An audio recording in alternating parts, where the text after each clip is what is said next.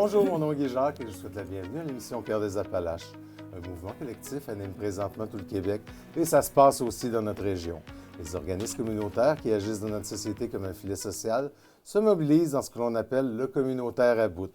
Et pour en parler, nous recevons aujourd'hui Mme Geneviève Couture, directrice générale de l'Alternative Appalaches, ainsi que Laura Assadopozo, directrice générale au niveau de Catara, et qui sont toutes deux, au fond, membres de la cellule locale de ce mouvement. Bonjour à vous deux. Bonjour. Bonjour. Écoutez, qu'est-ce que le mouvement Le communautaire à bout et pourquoi a-t-il émergé à ce moment? Le mouvement communautaire à bout est un mouvement qui est né à Shawinigan, Mekinac, la MRC de Mekinac en 2024, où c'était quelques membres, quelques organismes qui ont décidé de sortir dans la rue en disant « on est au bout du rouleau, on est toujours en train de se faire demander plus, mais avec moins ». Où le financement ne suit pas, où les besoins grandissent. Et tranquillement, pas vite, bien, ça l'a fait boule de neige. Hein? Parce que maintenant, en octobre 2025, il y a eu une grande manifestation à Shawinigan où il y avait plusieurs membres qui étaient déjà présents. Et ils ont rendu ça, ce mouvement-là, provincial maintenant. Donc, on est 17 régions mobilisées au Québec, 17 régions administratives, plus de 1622 organismes aussi en grève, définitivement en grève. Ça, c'est sans compter nécessairement tous les organismes qui sont solidaires. On a des organismes qui ne peuvent pas fermer parce que ce sont des services essentiels. L'aide alimentaire, par exemple, l'hébergement au niveau de la violence conjugale. Je pourrais en nommer plein d'autres, les hébergements itinérants et tout ça. Eux ne peuvent pas fermer. Donc, ils sont solidaires au mouvement, mais on porte leur voix, finalement, aussi. Parfait. Concrètement, qu'est-ce que ça veut dire être à bout pour un organisme communautaire? Nous sommes fatigués de tout le temps chercher des financements, surtout. Nous sommes fatigués de trouver des solutions pour combler les besoins de la population. Et comme directrice, on cherche tout le temps, on se présente au projet, on demande de l'argent. On n'est pas capable d'aller chercher plus d'argent pour avoir plus de ressources aussi, parce que la demande est grande. Oui. La population a beaucoup de besoins. Alors, nous, on est fatigués. On tient à cœur la mission chacun, mais à certains moments aussi, nous sommes épuisés d'essayer de tenir les filets. Oui, exactement. C'est parce que tu penses, tu dois offrir des services, tu veux donner une bonne qualité de service, tu veux combler les besoins, tu veux aider les autres. Mais après, on essaye de trouver les moyens. Mais on essaye, on est créatif. Extrêmement, oui. On fait des casse-têtes aussi, on arrive. Ouais. Mais à certains moments, comme tout être humain, il y a une limite aussi. Ouais. Puis il y a une chose aussi, on parle beaucoup de financement, mais c'est toute la question aussi de notre expertise.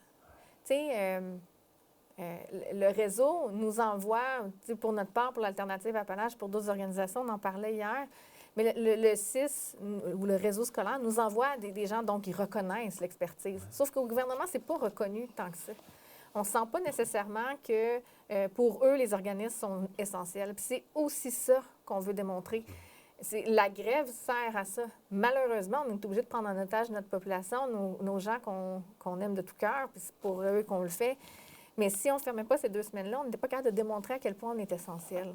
Donc, c'est ça aussi l'objectif de ce mouvement-là. Parfait. Moi-même, je rencontre de nombreux organismes au cours de mes entrevues. Puis le défi de ceux-ci semble toujours être le financement, finalement. Je vais dire le sous-financement, carrément. J'imagine que c'est aussi le cas de vos organismes, mais est-ce qu'il existe d'autres défis que vous rencontrez? Juste les demandes de subvention qu'on fait et qui aboutissent à rien. Ça prend du temps à faire en plus une demande de subvention. Ça ne se fait pas en criant ciseaux. Mais c'est pénible à ce niveau-là, j'imagine. Bien, c'est très pénible. Puis je vais prendre un cas très concret. En 2023, il y a eu un appel de projet du ministère de la Sécurité publique où il y avait des fonds disponibles pour soutenir la prévention de la délinquance chez les jeunes de 12 à 24 ans.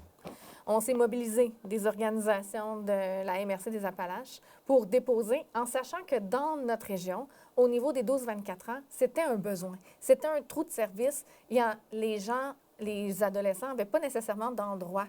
Il y avait le CLSC, mais après ça, c'était quoi l'autre porte? Il n'y en avait pas. Donc, on a déposé pour ce projet-là. On a réussi à avoir les sommes. 125 000 par année pendant 3 ans. L'année passée, on devait refaire le même exercice. Sauf qu'on vient de recevoir la réponse ou on est refusé. On ne peut plus parce que c'est plus innovateur, parce que ça existe déjà, parce que pour plein de raisons. Donc, on est toujours en train, quand vous parlez tantôt de créativité, c'est ça. Ils nous demandent d'être super créatifs, mais une journée où est-ce que là, c'est créatif, que c'est créé, on est obligé de l'abandonner parce que c'est plus assez créatif. Okay. C'est ça aussi la problématique. La problématique, c'est le financement, on le sait, et le gouvernement le dit haut et fort, 2,2 milliards est attitré aux organismes communautaires. Mais ça, là, ça englobe tous les petits projets qu'on fait. La grosse problématique, c'est le financement global, c'est le financement à la mission globale, où si on avait cet argent-là, d'arrêter d'être toujours obligé de faire des demandes de subvention, de perdre notre temps à faire des demandes de subvention, puis se faire refuser ensuite, et la reddition de comptes après qui devient extrêmement lourde, on sauverait. Et que là, ensuite, les services qui ont été mis sur pied doivent être abandonnés. Tout à fait. Même s'ils sont essentiels. Même s'ils sont essentiels. Là, je dois aviser 50 jeunes avec 50 parents que je dois les retourner dans le réseau public. C'est ce que je vais faire dans la prochaine semaine. OK.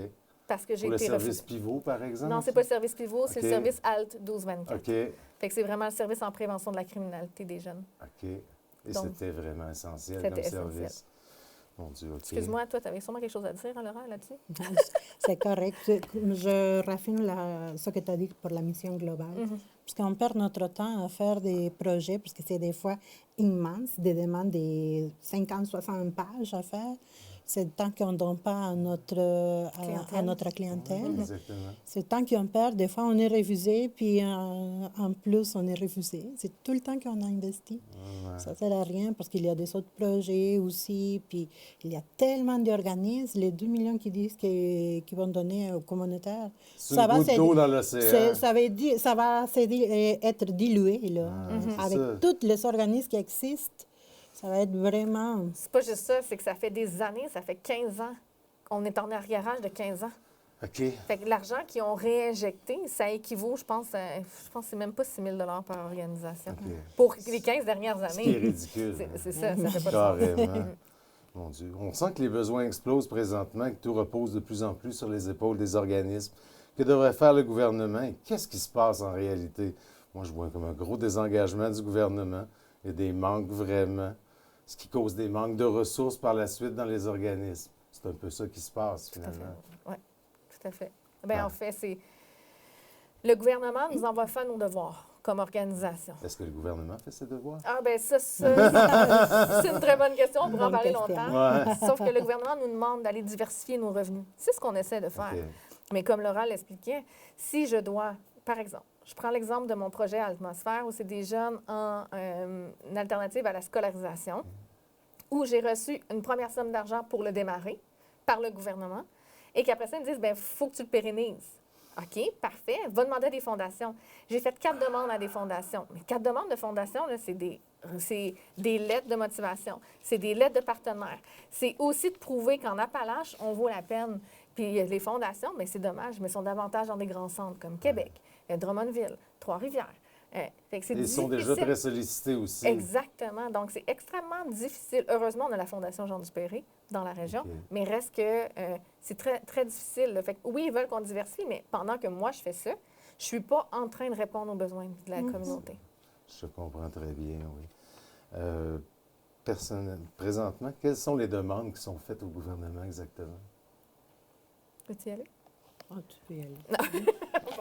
D'accord, bien, la première Vraiment demande... le financement suffisant pour la mission. Je pense que ce que les gens à la télévision doivent comprendre, à la maison, c'est que c'est sûr, il y a beaucoup de monde qui demande de l'argent. Hein? À chaque fois que les gens partent en grève, c'est de l'argent. Nous, ce qu'on veut, c'est oui, plus d'argent. On veut une reconnaissance. En ayant cette reconnaissance-là, c'est aussi, il va y avoir de l'argent attaché à ça. Mais cet argent-là, c'est pas pour construire une usine ou construire une entreprise. C'est pour prendre soin des gens. C'est pour être sur le terrain avec eux. C'est pour leur amener l'aide pour que ces gens-là deviennent des citoyens qui peuvent fonctionner dans la société aussi. C'est tout cet argent-là, c'est aussi pour nos conditions de travail. Tu sais, Mme Lebel, la ministre, a clairement nommé qu'elle a peur que si on augmente de salaire nos intervenants, on devienne moins sensibles. Non. Je ne peux pas concevoir qu'on puisse penser ça en 2026. Au contraire, c'est un monde féminin. En plus, on est à 67 des femmes dans le milieu communautaire. C'est aberrant qu'en 2026, on se fasse dire, bien, c'est féminin, c'est un milieu social. Fait effectivement, si vous allez peut-être être moins sensible si on vous paye plus. Je suis désolée, là, mais le message est quand même assez difficile à recevoir. Fait que c'est aussi pour ça, pour des conditions de travail décentes. Des conditions de travail, pouvoir offrir à notre personnel, par exemple, une assurance collective, des retraites, pouvoir combler aussi leurs besoins, parce qu'ils ont des familles aussi. C'est bien, ils donnent tout chez nous, mais nous, est-ce qu'on peut augmenter les salaires? Est-ce qu'on peut donner plus de bénéfices? C'est ça aussi qu'on demande. C'est la préoccupation aussi, pouvoir offrir de meilleures conditions à notre personnel qui travaille beaucoup. Puis nous aussi, on veut le reconnaître. Des fois, il y a des activités qui sont coupées parce qu'on n'a pas l'argent. J'aimerais bien faire des activités pour remercier mes bénévoles, pour remercier tout mon conseil d'administration aussi qui est toujours là pour nous. Mais je n'ai pas vraiment l'argent pour aller reconnaître, faire une reconnaissance. Alors, des assurances collectives, bien, Chacatara, nous savons, mais des retraites, on n'a pas non plus. Mais c'est tout ça. Il faut calculer dollar par dollar. Parce que si tu prends d'ici, tu enlèves de là. C'est ça toujours que je parlais de casse-tête. Dans le cadre d'un organisme, tu ne peux pas enlever des moyens à ta clientèle non Exactement. plus. Ça, je comprends très bien. C'est la priorité toujours. C'est ça. Puis, il faut comprendre que dans des organismes communautaires, le poste budgétaire le plus grand, ce sont les ressources humaines. On donne des services. Donc, à 80 c'est pour les intervenants. C'est pas pour payer une bâtisse, c'est pas pour payer des crayons, des affaires. C'est pas ça, là. 80 de notre budget passe en ressources humaines. Les gens qui sont sur le terrain. Bien, c'est les gens qui sont sur le terrain qui répondent aux besoins. Donc, c'est nécessaire d'augmenter le financement et les conditions de travail. Il y a tout le côté aussi de la protection de l'autonomie des organismes communautaires qui est important. Dans le sens que les gouvernements, des fois, vont dire, bon, bien, il y a cette demande-là, essaie d'appliquer, tu as juste à twister un peu ta mission ou pour cadrer dedans. Puis là, tu fais comme, mais ça fait pas de sens.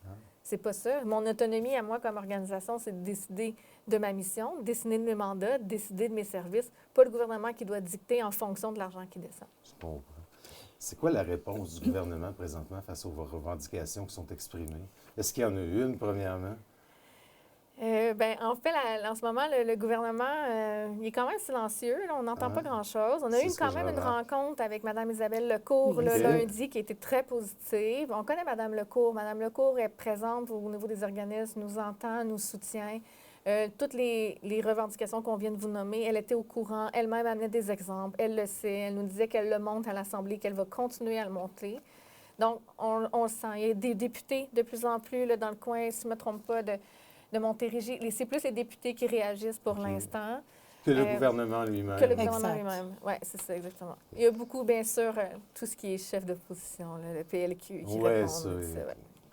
Il faut qu'il y ait quelqu'un de votre côté à un moment donné. C'est ça, Québec solidaire est très pour la cause aussi. Là. Ça, j'ai vu passer ça aussi hier sur les réseaux sociaux. Oui, tout à fait. Avec le vieillissement de la population, les difficultés qui se multiplient, est-ce que l'on peut dire que les grands temps pour le Québec, de se munir d'un filet social qui soit en mesure de répondre aux besoins grandissants? Parce que les organismes communautaires, vous êtes ça. Vous êtes le filet social, au fond. Oui, on est le filet social. Tu veux-tu répondre? Et pour les personnes, la population aînée?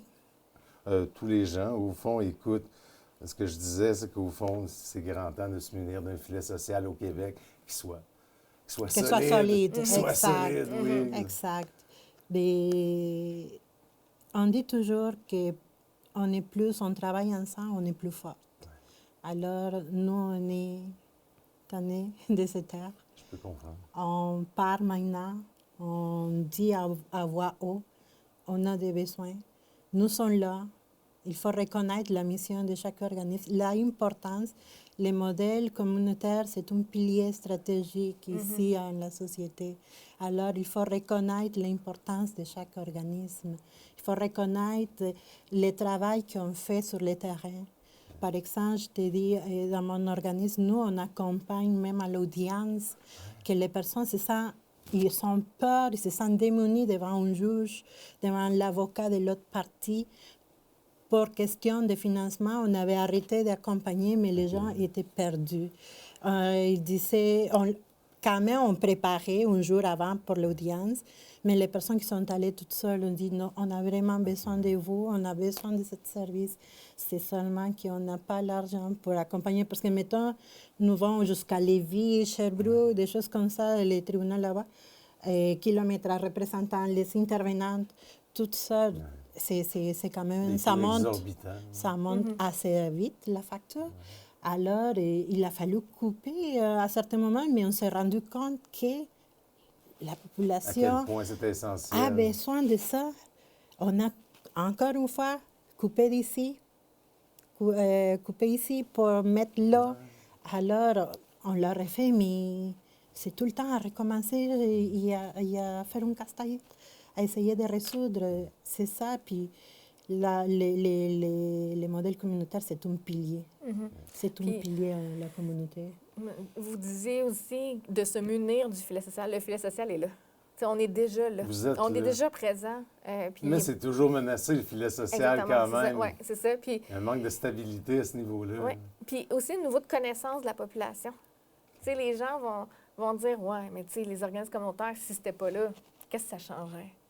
Bien, ça changerait énormément parce que je prends, par exemple, si demain matin, je perds mon emploi, j'ai plus de travail ou quoi que ce soit, puis que je dois défendre mes droits, bien, je vais aller voir Catara.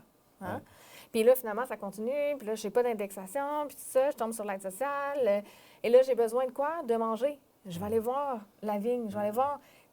On est les premiers répondants de toutes ces situations-là. Vous êtes au front, on est tout le temps. Fait que c'est toujours nous les premiers qui recevons ces demandes-là. Si demain matin, il y a quelqu'un qui vit de la violence conjugale, ils vont aller à la JT. Si demain matin, il y a des gens qui vivent des problèmes avec la justice, ils vont venir voir l'Alternative Appalaches, décrochage scolaire, l'Alternative Appalaches.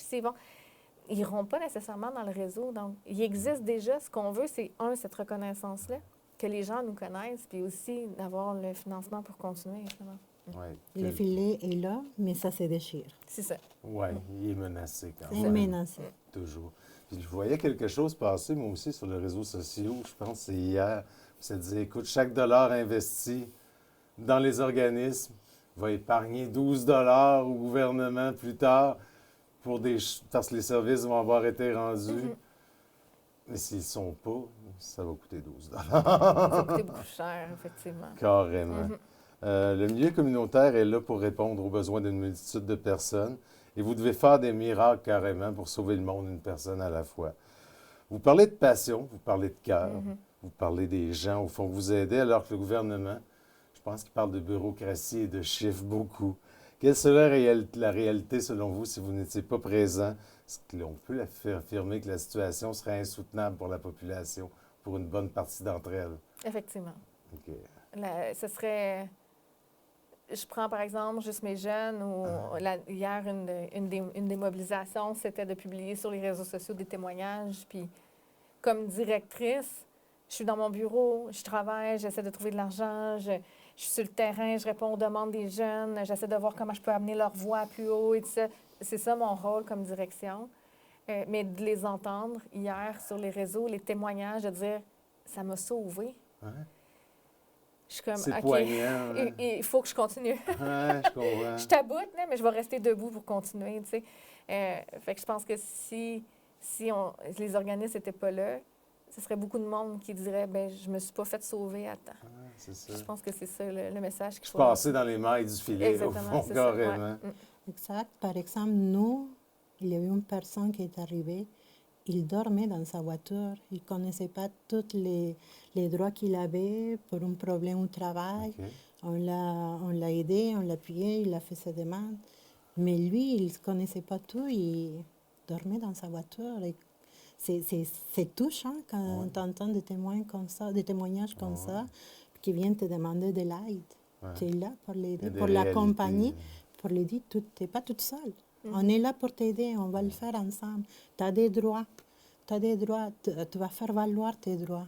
On va aller le chercher. Ça, vous êtes directement en contact avec l'humain. Tout le temps. Par exemple, aussi, il y a des cas de harcèlement, tout ça, avec l'immigration aussi, qui a agrandi beaucoup la population les dernières années. Et avant, il y avait un organisme qui travaillait ensemble, mais maintenant, Et tout ce monde-là, ça vient chez nous aussi. Puis on s'entend aussi que les besoins sont là parce qu'il y a des personnes qui parlent en anglais, en espagnol. C'est pas seulement le français. C'est aussi une ressource qu'on donne de donner les services en espagnol.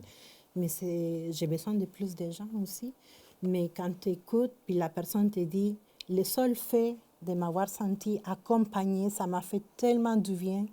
On va voir qu'est-ce qu'on peut faire. Je ne sais pas si je vais gagner, mais de m'avoir senti écoutée, accompagnée, épaulée, ça me touche. Ouais. C'est ça qu'ils disent les personnes. Vous êtes distributeurs d'espoir. Ouais. Et de moyens. Oui. De votre côté, autant l'une que l'autre, qu'est-ce qui vous a poussé à vous mobiliser vraiment dans le communautaire à Bout? Bien, honnêtement, moi, je suis technicienne de travail social de formation. Jeune pour laquelle, en fait, ça fait 25 ans que je suis dans le communautaire, là, ça donne mon âge. Mais quand j'ai embarqué comme travailleuse sociale, c'était pour faire changer les choses. Une des missions qu'on a comme organisation, et c'est signé avec le gouvernement, c'est la transformation sociale. Donc, on est là-dedans. Ça fait partie de notre rôle comme organisme de faire changer les choses, de faire bouger les choses. Et ce mouvement-là m'interpellait directement parce que c'est notre quotidien. C'est notre quotidien de recherche de financement, c'est notre quotidien de se faire reconnaître auprès du réseau, c'est notre quotidien d'assurer des conditions décentes comme de direction. Donc, je ne pouvais pas ne pas aller dans ce mouvement-là. Donc, c'est pour toutes ces raisons-là, avec mon conseil d'administration aussi, de par la mission de l'Alternative Appalaches, qui nous, un des volets, c'est de donner, dans le fond, des endroits pour faire des travaux communautaires à des jeunes, donc des organismes communautaires. Si demain matin, tous les organismes communautaires ferment, je ne peux plus appliquer les mesures pour mes jeunes. Donc, nécessairement, on se devait d'être solidaires aussi. Là. Oui, nous, on a eu une rencontre virtuelle en première. C'est ça que j'ai vu Geneviève. Puis j'ai dit, je me reconnais dans tous les témoignages qui disent toutes les autres. Moi aussi, je suis comme eux. Mais on a dit, en Appalaches, on pourrait se rester quelques-uns, puis on va passer à l'action. On va faire c'est bien dire une chose, une autre chose par ici, mais c'est différent quand on est tout en groupe, qu'on va lever la voix, puis qu'on va travailler ensemble. J'ai vu l'énergie aussi de Geneviève. J'ai dit, moi aussi, j'embarque. Moi aussi, je vais appuyer, puis je vais défendre mes valeurs, parce que dans mes valeurs, c'est aller chercher la justice pour ceux qui ont besoin. Alors, ça, c'est une façon aussi d'aller chercher la justice, puis dire, on va aider les autres. En fait, c'est ça. Tout le monde qui travaille dans les communautaires, c'est ça. On tient à cœur pouvoir aider les autres, pouvoir, avec un minimum de services, des fois, donner les sourires, l'espoir. L'espoir. La différence dans sa vie. Que vous pouvez faire dans la vie des gens. Dans la vie des gens. Un petit geste, ça peut compter tellement pour une personne. Pour toi, des fois, tu dis, c'est pas grand-chose. Mais pour eux, c'est énorme. C'est énorme. Quelles pourraient être les conséquences, selon vous, pour les organismes si la situation ne s'améliore pas? Ça risque d'être désastreux à un certain moment. Bien, on va avoir, à un moment donné, on est au point de rupture. Là. Fait que c'est soit qu'on va congédier des gens pour pouvoir continuer à augmenter les salaires, donc moins de gens, moins de services, ou on va continuer comme ça, puis on va maintenir les mêmes salaires, puis on va toujours être en recherche d'expertise, puis toujours en train de chercher des sommes d'argent. Donc, il y a même des organismes qui vont fermer. Ça occasionne du roulement de personnel aussi à un certain moment. Puis, tu sais, il y a des organismes qui ferment tranquillement, pas vite. On a vu dans la région, là, il y a ICI qui a fermé, puis il y a aussi le Carrefour des aînés qui vient de fermer. Il a fermé ou... Eh bien, en tout cas, ça s'en vient. Okay. C'est l'Assemblée générale extraordinaire la semaine prochaine. Parce qu'il faute de financement. Okay. Donc, tu sais, ça, c'est 2 en 3 ans environ. Fait que ça peut continuer.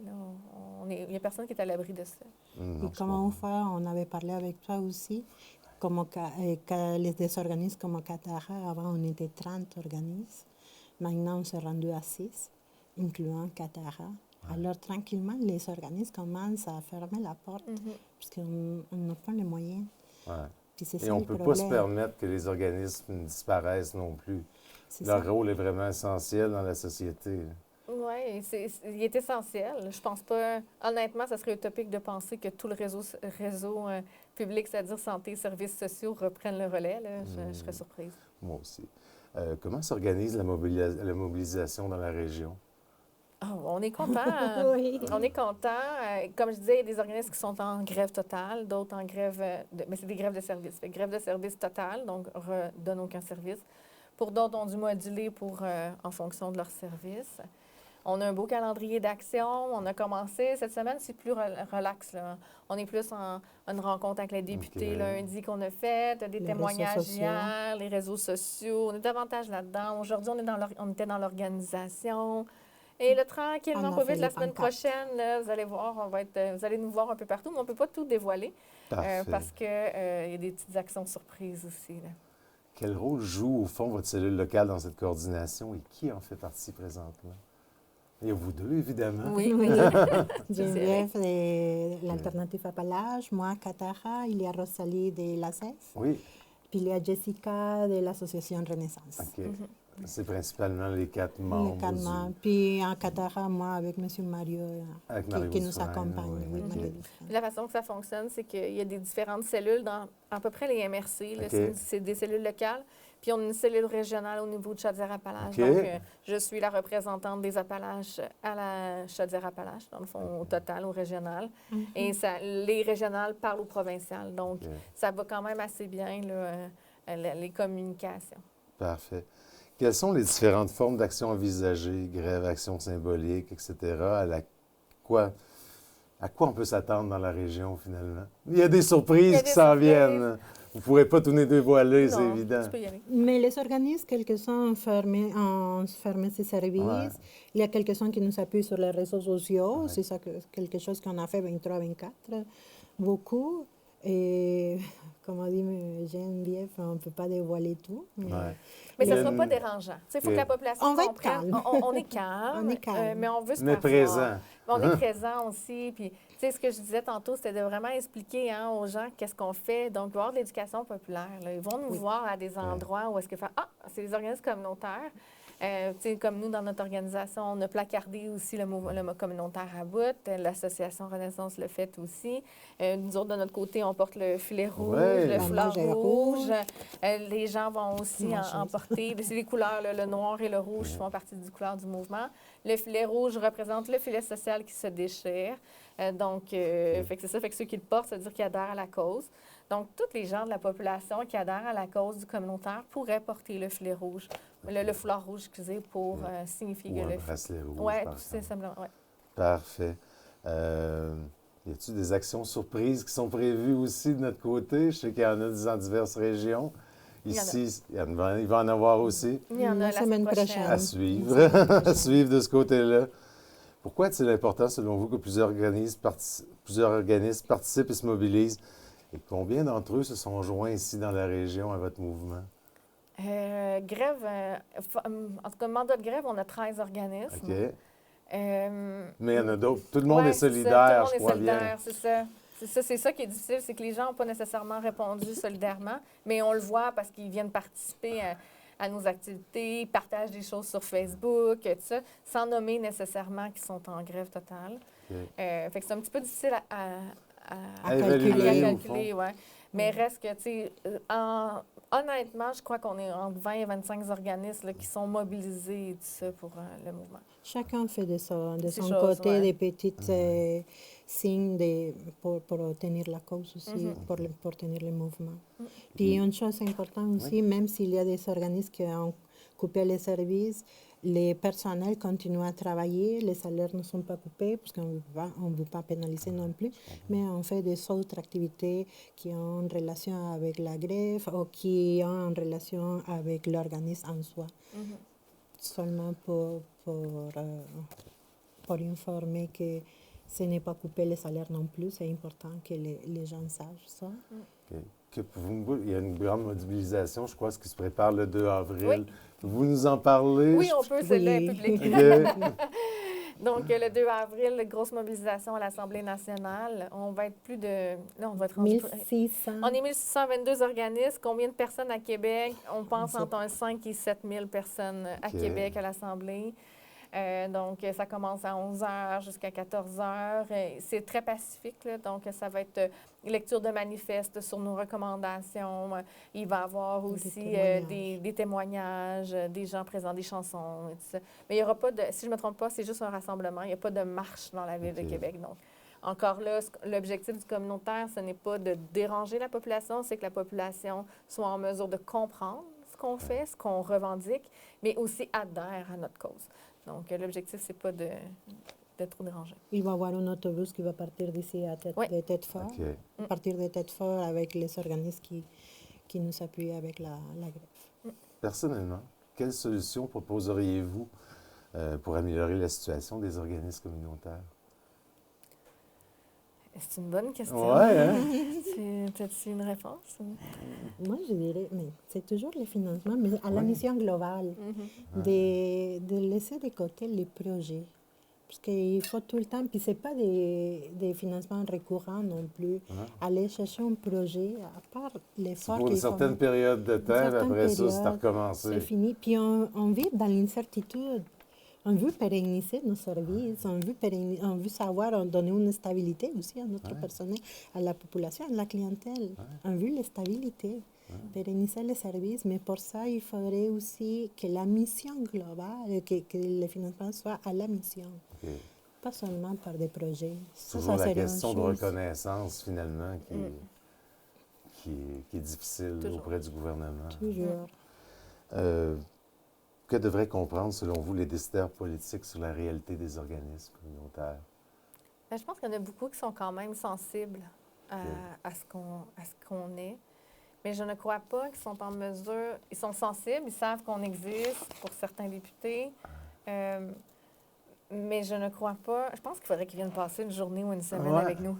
Je pense que je pense que de voir que des fois, on rentre travailler, on n'a aucune idée à quoi notre journée va ressembler, on a planifié quelque chose, puis ça revire de bord parce qu'on travaille avec des humains. Il y a une demande ci, une demande là, un parent qui atterrit dans mon bureau pour me dire « je suis plus capable avec mon adolescent, qu'est-ce que je peux faire? » Tandis que je suis en train de faire une demande de financement. Je crois sincèrement que si chacun des élus, des députés venait s'asseoir une semaine avec nous, comprendre c'est quoi notre réalité, sincèrement, je crois qu'il verrait davantage l'impact. C'est le premier à conscientiser, au fond. Oui, je pense que oui. Parfait. Êtes-vous optimiste pour l'avenir du communautaire? Et si oui, pourquoi? Ou sinon, pourquoi aussi? On est solide. Ouais. On est à bout. Vous êtes des gens de cœur en partant. Ouais. On est à bout, mais on est debout encore. C'est ça. Puis c'est pour ça qu'on le fait, parce qu'on est debout et on y croit. On croit que ce filet social-là, c'est un exemple dans le monde, là, on ne se le cachera pas, c'est un exemple. Mais honnêtement, il faut qu'il y ait des investissements, il faut que la situation change, ça c'est certain, mais on est fort. Puis on va être, sincèrement, si on est capable d'avoir l'argent qu'on demande, on va faire des miracles encore plus, on en fait déjà. Donc, avec très peu de moyens en plus. c'est ça. Oui, c'est ça. Mais par exemple aussi, les organismes en défense des droits, maintenant, je ne sais pas si tu as entendu parler PL7. Oui. Alors, ça, c'est aussi quelque chose qui menace aussi la fusion qu'ils vont faire. Alors, c'est ça, c'est un peu aussi conscientiser le monde, l'importance. Mais comme dit Geneviève, on croit dans la cause, on croit en nous, on croit en notre personnel. On croit dans la mission, on essaye, on reste debout et on va faire de notre mieux, évidemment. Comme vous faites toujours d'ailleurs, je vous dirais. Des actions sont menées pour sensibiliser la population à votre cause, comme par exemple sur les réseaux sociaux, et les messages sont vraiment criants de vérité. Écoute, j'étais là hier au soir, puis je regardais mon Facebook, puis mon Dieu, j'en voyais de l'Alternative Appalaches, d'Association Renaissance. Et ça venait me chercher. Il y a un de tes messages que tu as passé toi-même, quand tu disais, écoute, je voyais les messages qui ont été livrés par la clientèle, des personnes qui sont passées par ton organisme. C'était, mon Dieu, OK, c'est vraiment, ça a changé des vies, au fond. Définitivement. Quelle est, selon vous, la réaction de monsieur et madame tout le monde à ça? Car souvent, les changements passent par une mobilisation d'une majorité de la population. Mm-hmm. Effectivement. Avez-vous des commentaires des gens par rapport à ce que vous avez publié? Oui, OK. Beaucoup. En fait, avant de fermer en mandat de grève, quand on a fermé l'organisation, j'ai contacté tous les parents des jeunes. OK. C'était important pour moi de prendre le temps avec eux pour la simple et unique raison que je voulais pas... On les a à cœur. C'est des jeunes qui viennent chez nous.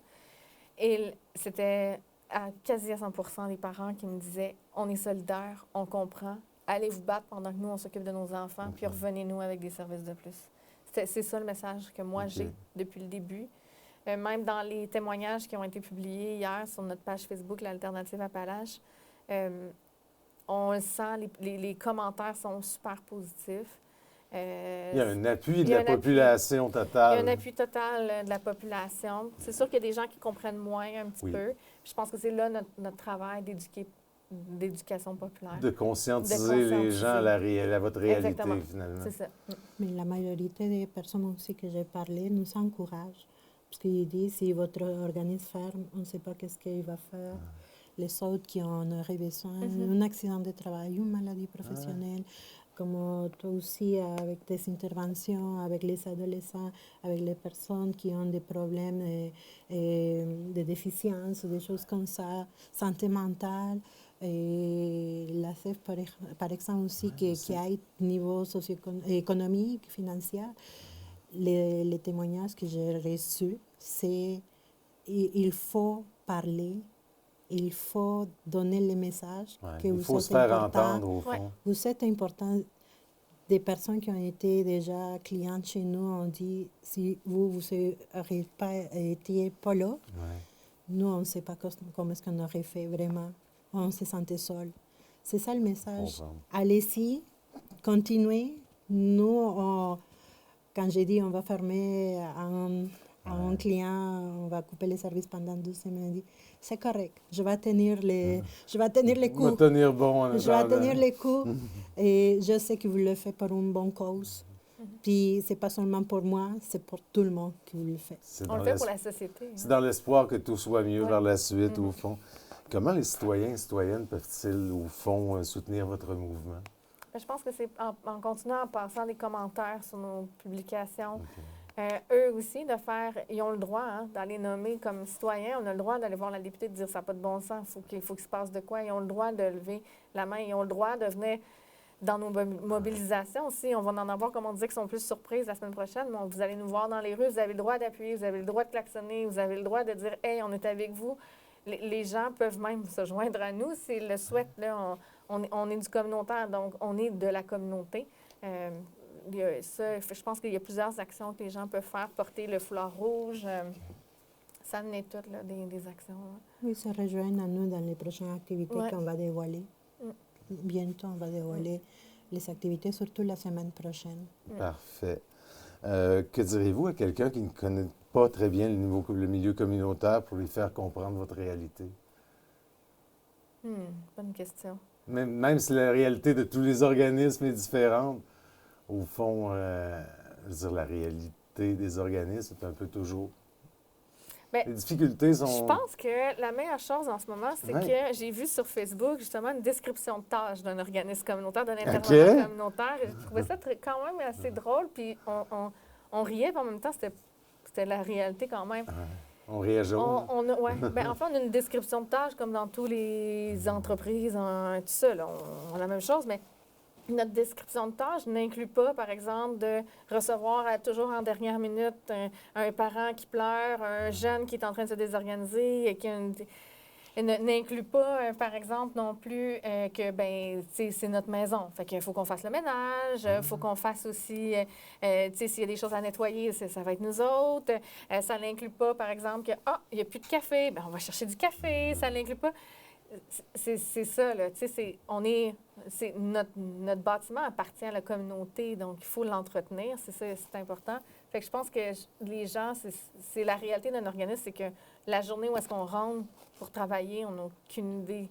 On va répondre à notre mandat, à notre mission, mais il y a toujours quelque chose qui arrive, toujours des tâches connexes qui sont présentes. Toujours des surprises des imprévus. Des imprévus. Des imprévus tout le temps. C'est ça. Mais pour répondre aux besoins de la communauté, là, toujours. Qu'espérez-vous comme retombée concrète par rapport à cette mobilisation? Il y a beaucoup d'espoir derrière tout ça, mais on ne sait pas encore si ça va se concrétiser ou pas. Là. On ne sait pas si ça va se concrétiser. On a espoir que ça se concrétise, effectivement. On a l'espoir que ça va s'aimer quelque chose, que ça va commencer à mijoter quelque chose dans le faut, notre gouvernement. Ça commence à être urgent, comme tu le mentionnais tantôt. Oui. Mais honnêtement, moi, je pense qu'une des plus grandes réussites, oui, ce serait le financement. Là, ça, on ne se le cachera pas. Oui. Mais si j'étais capable, comme directrice, que la population, que les citoyens comprennent le rôle essentiel qu'on joue, je pense sincèrement qu'on aurait gagné un bon cheval de bataille déjà, parce que c'est avec cette population-là qui, eux, vont nommer leurs besoins, qui, eux, vont nommer que le filet social des organismes communautaires est nécessaire, qui risquent de faire changer les choses. Quel message souhaitez-vous adresser aux personnes qui nous regardent pour les conscientiser, justement? Venez nous voir. Okay. Venez nous voir, venez comprendre notre réalité, venez assister, venez poser vos questions. Ça vous appartient, tout ça appartient, le filet social appartient à la population. Donc, de venir nous voir, de s'impliquer d'une certaine façon. De s'impliquer comme bénévole, de nous appeler, c'est ça. De nous appuyer dans nos activités, de passer le message aussi dans la famille, dans les réseaux sociaux aussi. Tout ça, ça va nous aider. Que les personnes, au fond, qui soient conscientisées, contribuent à conscientiser les autres personnes autour d'elles, finalement. Oui. Puis finalement, tout ça, on le fait pour tout le monde. C'est tout le monde qui travaille ensemble. En terminant, écoutez, sur les réseaux sociaux, il y a une personne qui avait mentionné au sujet de ce mouvement-là, il n'y a plus de jus dans le citron. Ouais. Je crois que ça représente bien la situation actuelle, au fond. Donc, je souhaite une bonne continuation dans ce mouvement. J'espère de tout cœur que votre message sera entendu. Merci à vous deux. Merci.